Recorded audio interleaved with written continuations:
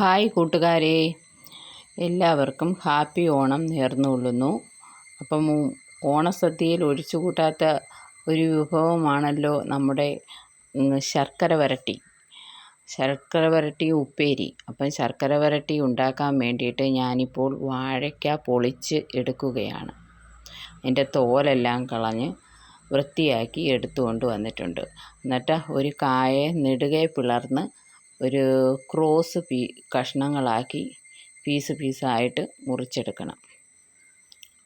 അപ്പം അങ്ങനെ മുറിച്ചെടുത്ത് റെഡിയാക്കുകയാണ് ശർക്കര വരട്ടിക്ക് വേണ്ടിയിട്ട്. വറക്കാൻ കഷ്ണങ്ങൾ ഞുറുക്കുകയാണ്. അപ്പം നിങ്ങളൊക്കെ ഓണത്തിന് എല്ലാവരും എല്ലാം വറുത്തൊക്കെ റെഡിയാക്കി കാണുമായിരിക്കുമല്ലേ, ഉപ്പേരികളെല്ലാം. അപ്പോൾ എനിക്കിവിടെ അതെല്ലാം ഞാൻ പൊളിച്ച് അരിഞ്ഞെടുത്തുകൊണ്ട് വന്നിട്ടുണ്ട്. ഒഴിച്ച് എണ്ണ ചൂടായി തിളച്ച് വന്നപ്പോഴത്തേക്ക് അതിലേക്ക് നമ്മൾ അരിഞ്ഞു കൊണ്ടുവന്ന വാഴയ്ക്ക കൂടി ഇട്ട് കൊടുക്കുന്നുണ്ട്, ആ കഷ്ണങ്ങൾ.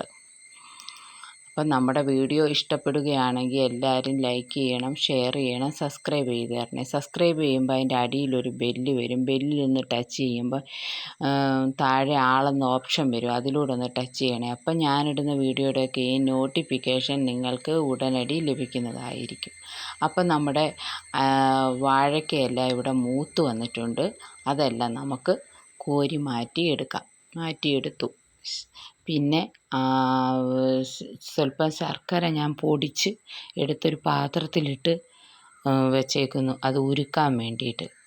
ഒരു അര ഗ്ലാസ് വെള്ളവും കൂടെ ഒഴിച്ച് ഉരുക്കാൻ വെച്ചേക്കുവാണ് അടുപ്പിൽ. അപ്പോൾ അത് ഉരുകുമ്പോൾ അതിൽ കല്ലോ പൊടിയോ ഒക്കെ ഉണ്ടെങ്കിൽ അതങ്ങ് മാറും. അതിന് അരിച്ചെടുത്താൽ മതിയല്ലോ, അതിന് വേണ്ടിയിട്ടാണ് ഉരുക്കുന്നത്. അപ്പം പിന്നെ അതിൻ്റെ കൂടെ ഇനി നമുക്ക് കുറച്ച് പൊടികൾ കൂടി വേണം. കുറച്ച് പഞ്ചസാര ഞാൻ എടുത്തിട്ടുണ്ട്, ഒരു 2-3 സ്പൂണ്. പിന്നെ കുറച്ച് ഏലക്കയും 2-3 ഗ്രാമ്പൂവും 3 കഷ്ണം ചുക്കും, ചെറു കഷ്ണം ചുക്കും, പിന്നെ കുറച്ച് ജീരകവും. ചുക്ക് ഞാൻ കല്ലേ കൊണ്ടുപോയി ഇടിച്ച് കൊണ്ടുവന്നിട്ടേക്കും, അല്ലെങ്കിൽ മിക്സിയുടെ ഇത് പോത്തില്ലേ, ബ്ലേഡ്. അപ്പോൾ അതൊന്ന് ഇടിച്ച് ചതച്ച് കൊണ്ടിട്ടേക്കുവാണ്. പിന്നെ ഞാൻ കുറച്ച് അരിപ്പൊടി കൂടി വറുത്ത് എടുത്ത് ഉരുക്കി വെച്ചിരിക്കുന്ന ശർക്കരപ്പാനി കൂടി നമ്മളൊരു പാത്രത്തിലേക്ക് ഒഴിച്ചു. അതിനകത്തോട്ട് സ്വല്പം പൊടിച്ചു കൊണ്ടുവന്ന ഏലക്കയും ചുക്കും ജീരകപ്പൊടിയും കൂടെ ഈ ശർക്കരപ്പാനിയിലേക്ക് ഇട്ട് കൊടുത്തിട്ടുണ്ട്. ഇനി അത് തിളച്ച് വറ്റി ഒരു നൂൽ പരുവമായി വരണം.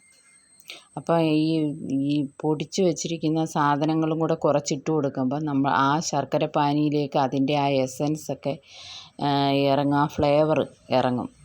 അതിന് വേണ്ടിയിട്ടാണ് ആ പൊടിയും കൂടി ഇട്ട് കൊടുത്തത്. അപ്പോൾ ഇനി അത് വറ്റി വരണം. ഇപ്പോൾ ഏകദേശം ഇവിടെ റെഡിയായി വന്നിട്ടുണ്ട്. ഇനി നമുക്ക് ആ വറുത്ത് വെച്ചിരിക്കുന്ന കായും കൂടെ ഇതിനകത്തോട്ട് ഇട്ട് കൊടുക്കാം. എന്നിട്ട് ചൊവ്വിനെ ഇളക്കി യോജിപ്പിച്ച് എടുക്കണം. പിന്നെ പൊടിച്ചു കൊണ്ടുവന്നിരിക്കുന്ന ബാക്കി ഉള്ള പഞ്ചസാരയും ഏലക്കയും എല്ലാം കൂടെ ചുക്കുപൊടിയും കൂടി ഇതിനകത്തോട്ട് ഇട്ട് കൊടുക്കാം. എന്നിട്ട് അത് ചൊവ്വിനെ ഇളക്കി യോജിപ്പിച്ച് എല്ലാ വശത്തും, കായയുടെ എല്ലാ വശത്തും അതിൻ്റെ ആ ഫ്ലേവറൊക്കെ എത്തണം. ചൊവ്വിനെ ഇളക്കി യോജിപ്പിച്ച് എടുക്കണം.